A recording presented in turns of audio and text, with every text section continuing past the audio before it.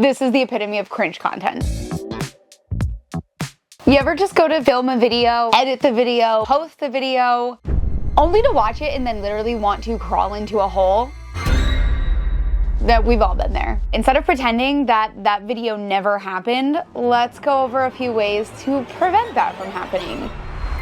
How to stop feeling like a weirdo when you're making content. As a new YouTuber, talking to the camera is super uncomfortable. You feel exposed, you feel unnatural, you're probably like a wild overthinker. It's kind of like, you know, when you're taking a picture and you're like, what do I do with my hands? Well, this is like the most extreme version of that. And it's how do I talk to the camera? Confidence isn't about being flawless. It's about kind of owning your quirks. This is what's gonna make you feel most like yourself on camera, as well as watching back, maybe almost being a little bit entertained by yourself because you're seeing yourself in a really natural way. And when we get to the overthinking and we get to the, you know, hyperfixation on perfect delivery of scripting, that's when we lose ourselves. Think about when you have a conversation with a person. Are you the most perfect form of yourself? No, you're literally the most natural form of yourself. And well, that's just because it's you. So if you stutter, if you mess up what you're saying, it's okay to...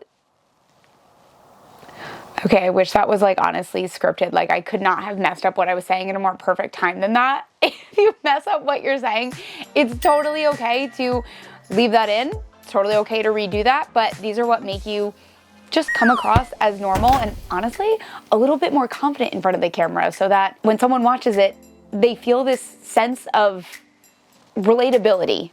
Now, when we're talking about how do I practice this, I, to this day, still do this one thing, and that is practice with the camera on, knowing you're just gonna dump that footage. For instance, this video, I probably said the intro like 3 or 4 times, knowing that I wasn't gonna use those takes because it's just to warm up my voice. Just coming out of nowhere and just talking like, you know, when you wake up first thing in the morning and you haven't spoke to anybody yet, and then you talk and you're like, oh, I didn't realize my voice sounded like that just yet. That's what happens when you turn on the camera too.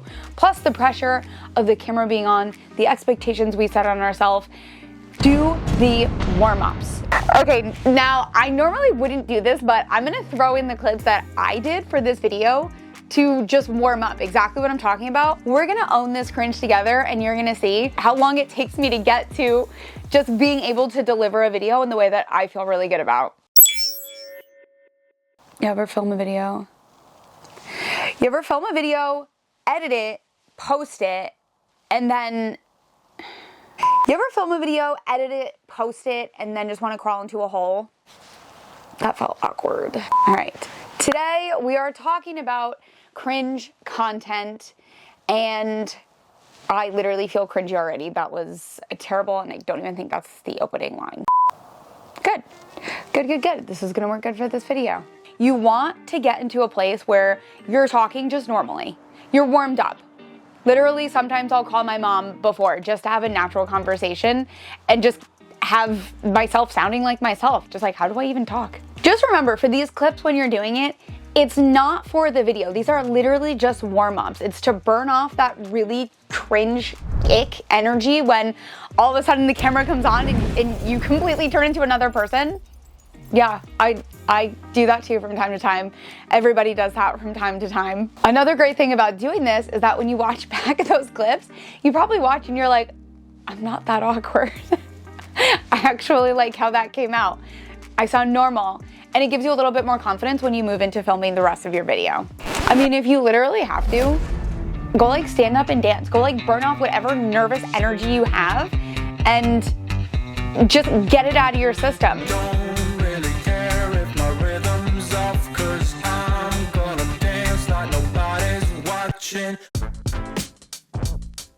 The last thing that I want to talk about, which you've probably heard before, is pretending that the lens is your friend. Giving your camera lens like a name, its own personality, like actually have it be a person. We're literally just talking to that one person on the other side of their computer screen.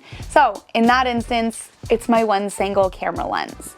This also is really helpful to think about because in a situation where you're filming maybe with more than one person, say you have a person, you know, my plant. My plant is a person in this situation. And I'm having a conversation between 2 people. I would now treat my camera as the other person and naturally make eye contact and look between people, as if you were just standing with a group of friends talking. How to talk like a normal person. If you've ever just blacked out mid-recording and then go back to watch your content and think, why do I sound like an infomercial? Congrats. You've hit the highest level of cringe there is, and you're not alone. This is because you're trying to be a YouTuber.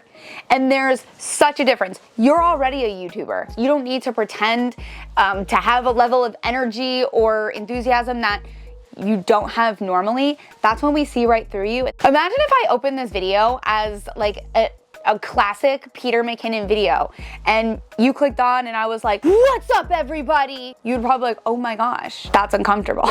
If there's one thing I want you to walk away from this video with, it's steal inspiration, don't steal an identity. When we try to be other people, we lose the ability to actually just be ourselves, developing our own brand, developing our identity, and developing our community, which is based off of those things. It's totally normal to steal inspiration from your idols. You watch your favorite creators. That's probably what led you to be here in the first place, to want to start your YouTube channel and want to grow your YouTube channel. But as soon as you start to really copy somebody else, they're gonna be watching your video thinking that you're just trying to be someone else instead of just showing up as yourself. And you're probably pretty awesome. Okay, so let's talk about some ways that might feel a little bit more natural when you come to the point where you're gonna record. Maybe it even starts with the scripting. Maybe you're somebody that doesn't work really well when you have a script that's word for word. Another way that you could try to organize your video could be just by bullet points.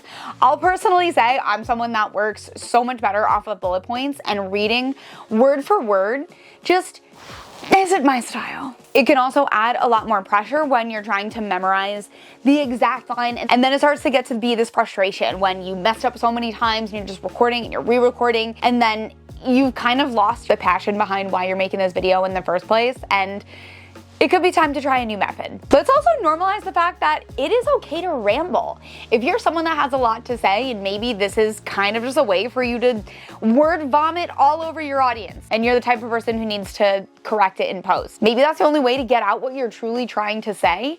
But there can also be the point where there's awkward silences, or there's ums, or buts, or my personal favorite, which is, you know. And it's okay to leave those in too, because that's how a lot of people, and possibly you, talk in real life, and that feels relatable. Do we want to hear but like every other word? No.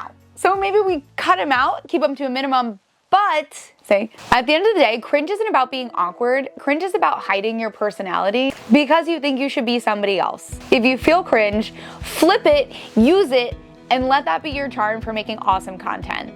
If you're still feeling cringe, and maybe actually you don't even know if your content is awkward, you can now get one of our expert strategist coaches to watch through your video in full and give you the feedback that you are absolutely dying to hear. They're awesome, and they're gonna give you the feedback that you need to take your content to the next level. Speaking of content to the next level, have you thought about your ideas lately? Because I have been.